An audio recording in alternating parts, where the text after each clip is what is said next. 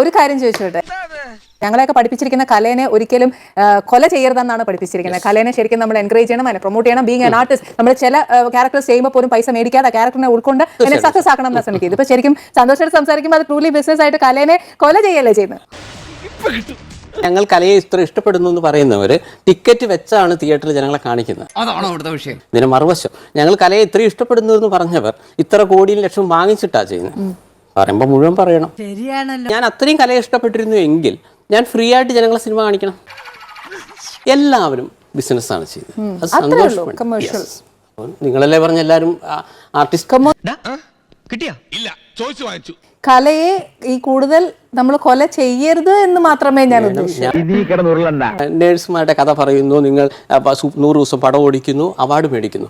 ശരിക്കും നേഴ്സുമാർ അവിടെ സമരം നടത്തി. എത്ര ആൾ പോയി? ഭൂരിഭാഗം ആർട്ടിസ്റ്റുകൾ ഇങ്ങനെ ജനങ്ങളവിടെ ഭയങ്കര ഇതിനു വേണ്ടി നിൽക്കുകയാണ്, ഞങ്ങൾ കലയാണ്. എന്തേ അവാർഡ് വരെ മേടിച്ചവരെന്തുകൊണ്ടാണ് ഇവിടെ പോകാത്തത്?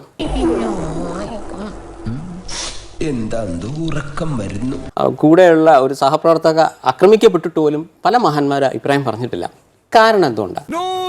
ഈ സോഷ്യൽ കമ്മിറ്റ്മെന്റ് നമ്മൾ പലപ്പോഴും കാണിക്കുന്നില്ല എന്ന് പറയുന്നത്. അതുകൊണ്ടാണ് പല പ്രശ്നങ്ങൾ. അല്ലെങ്കിൽ നമുക്കൊരു കൺഫ്യൂഷൻ വരുന്ന കാര്യത്തിൽ ഇതാണ് ശരി, പക്ഷെ അത് പറയില്ല. കാരണം ഗവൺമെന്റിന്റെ ദേഷ്യമുള്ള കാര്യം പറഞ്ഞാൽ അടുത്ത തവണ അവാർഡ് കിട്ടില്ല. മേ ബി ദീപസ്തംഭം മഹാശരീരം എനിക്കും കിട്ടണം. സബ്സ്ക്രൈബ് ചെയ്യാമോ? മതിയോ?